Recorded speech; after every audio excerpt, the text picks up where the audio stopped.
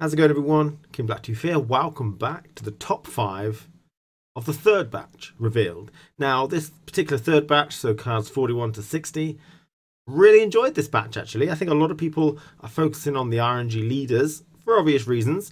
They're not happy about those, but I thought this batch was generally a good batch. Batch number 2 I wasn't very happy with. Batch number 1 was okay. This one is a good batch, I think. So top 5 strongest cards of batch number 3, and again at the end we will shuffle those into the other 2 batches and hopefully try and come up with a decent order of the top 15 strongest now so far released. Okay, let's get started then.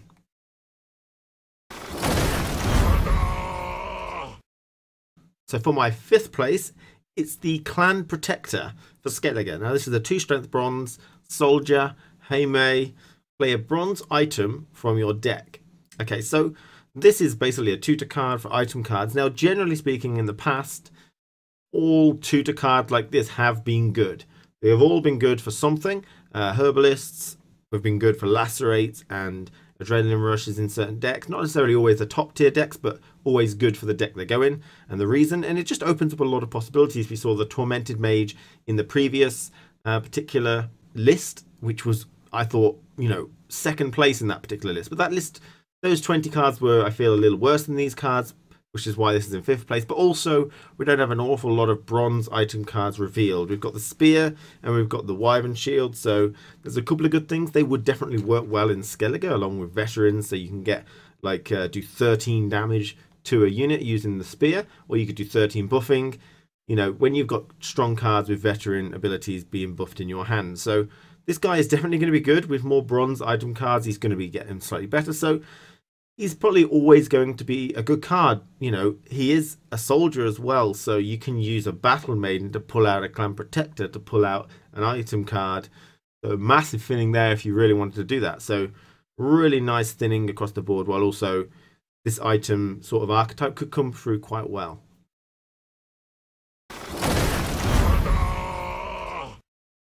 So in 4th place, we've got Olaf the Bear. Now, I'm glad Olaf's come back. It was one of my favourite sort of cards in the previous Witcher 3. And he's come back with a bit of style, which is great.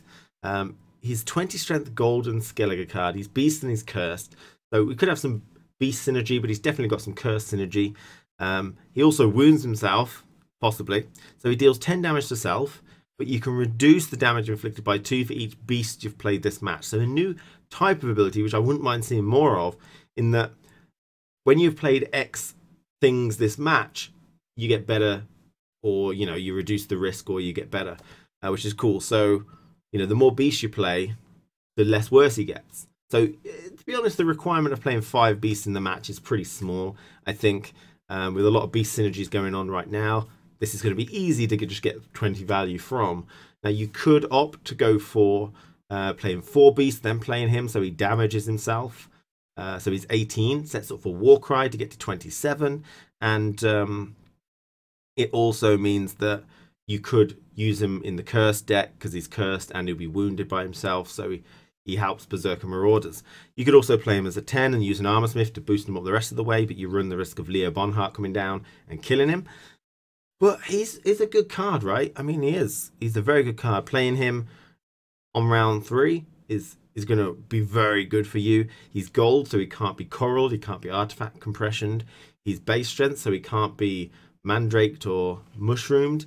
Unlike Xavier Morin that I spoke of in the previous list, this particular card, he's about 18 to 20, but he's not considered as good because although his requirement is pretty low as well, it's boost for him, so he can be mandraked or mardroomed, or not effectively anyway. So the risk with this is obviously Cynthia.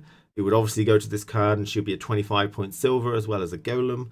If they revealed it and you never played it, you have the potential for a Nendel Elite, which would be something like a 39-point swing, which would be insane. So you may want to mulligan this away against Nilfgaard, maybe keep it on the leash of Royal Decree, or play it instantly and then just Armorsmith it up if you can help it. So it's a dangerous card against Nilfgaard, but otherwise it's really, really good.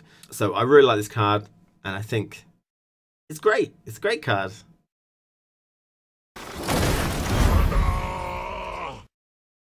So in third place, it's the Northern Realms card Cursed Knight.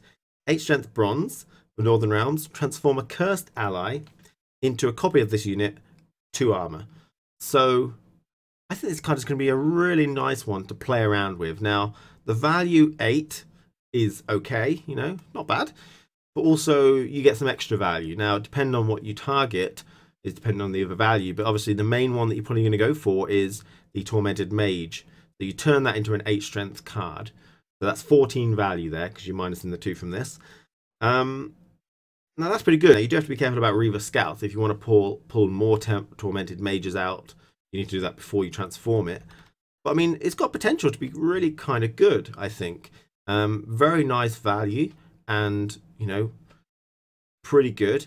Now, there might be some shenanigans you could do with this. Because it just doesn't say base copy or initial copy or something. So you might be able to strengthen it with a Mandrake or something like that if it's wounded in weather, and then decoy it. And then maybe you'll get to like 14 strength units, you know? So, I mean, there is the potential for extra value from this. And if you manage to get a 14 strength version of this, then maybe you can shanny it out later, you know? And so initially it's a good card, I think, but it opens up some exciting plays as well. So I really like this card. And this is one of the main reasons why this batch I really enjoyed. Good card. Potential for some interesting plays later on down the road, and you know, very, very nice.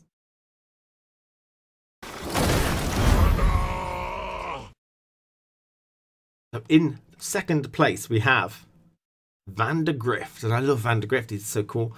7 strength gold for Northern Realms. Damage all enemies by 1, and if a unit was destroyed, apply Ragnarok to its row. Now there is some little contradiction here. In the German place it says damage all non-cursed enemies, so if they're not cursed they get damaged, which is still going to hit things like Priestess of Freya, Reaver Scouts, Elven Mercenaries, and things that are 1 strength. So you still will likely get Ragnarok, but usually those things are limited to certain rows, Priestesses of Freya and stuff. They may change because nothing seems to be on a row, so everything could be agile now. But it really means, I think this card is good. I'm going to assume it's damage all enemies for now until otherwise.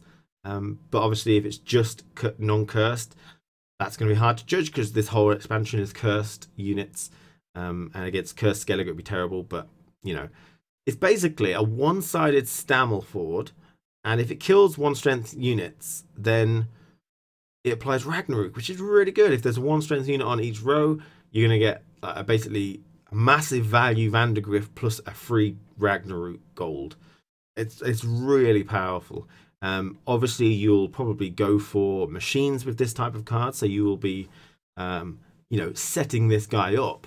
Hopefully, it's really powerful. Now, it's so powerful in fact that it may be non-cursed, that it hits only. And I'm sure you could still set that up. I'm sure not everything's going to be cursed in the entire game. But, you know, it's again, Vicar Varo, Medics, Reaver Scouts, Priestess of Freya, Elven Mercenaries. These are all things which you will be hitting.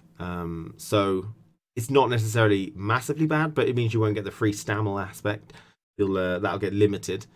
But still, it's going to be a great card if you can set up this Ragnarok business.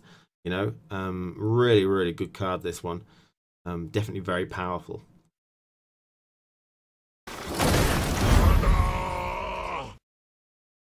So my honourable mention goes to Shillard.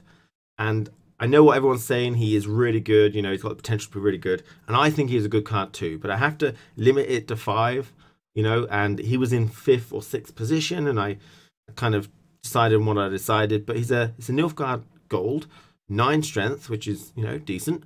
And if a player has not passed, which is truce, draw a card from both decks, keep one, and give the opponent the other. So effectively, he is Alberich, but you get to choose which card you want and which card the opponent gets. Now, you could use this to your advantage. You could use Stefan Skellen, put a crap card to the top of the deck, or build the deck in such a way that there's a lot of cards which the opponent can't use very well, and then just RNG it, hopefully. And then give one to your opponent while you get something good. Now, there is no seemingly limit on this. It could be bronze, silver, or gold. So you could steal the opponent's caretaker, the opponent's, you know, balk 3 jackdaws or whatever. You can really steal a massive win condition from the opponent, which is why people are saying this is so good. Now, I think taking cards from the opponent's deck is one of the more annoying things that has ever happened in Gwent. The first one was ambush cards that you could buff and, you know, that you couldn't play around at the time. But the other one is like things like Doner Kebab and Treason, where it took cards from your deck before you could play them. And this has the potential to be really annoying, which is, it just really pains me. I don't know if they're going to change it. Because stealing your opponent's win condition, and people say, oh, well, if you're relying on one card, then, you know, your deck's not very good. But I mean, you could steal Dijkstra. And if you did that, that'd be huge. Especially if you give them something like a Vicovaro Novice, which can't pull them anything.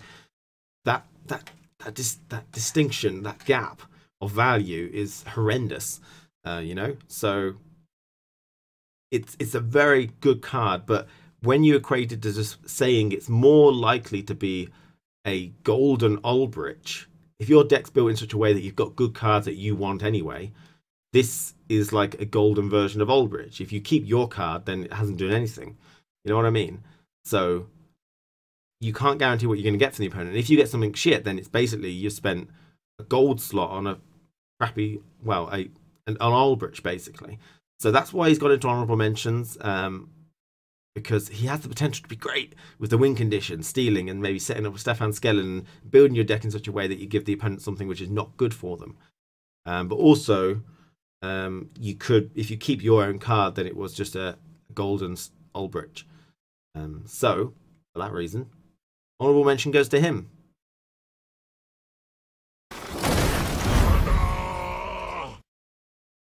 Then my number 1 slot is the Scoia'tael Silver Pauli Dahlberg. This is a 4-strength silver Scoia'tael dwarf. So dwarf synergy straight off the bat, Dennis Kramer and such, and resurrect a non-support bronze dwarf. So you can't do agitator, which is fine. Now most of the bronze dwarfs are actually pretty good. You know, they're good value. Pyrotechnician, you've got the dwarven skirmisher, you've got the movement dwarf. You know, so a lot of good dwarfs to choose from. And the reason that he's on number 1 is because it's worth a lot of value, this. I mean, it really is. I mean, if you resurrect a bronze dwarf, if you just go for a dwarven skirmisher, okay, that's 17 value there, providing you've used him before, of course. So he strengthens himself by using him.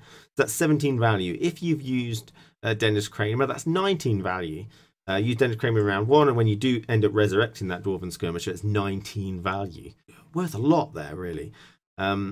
That's really good value.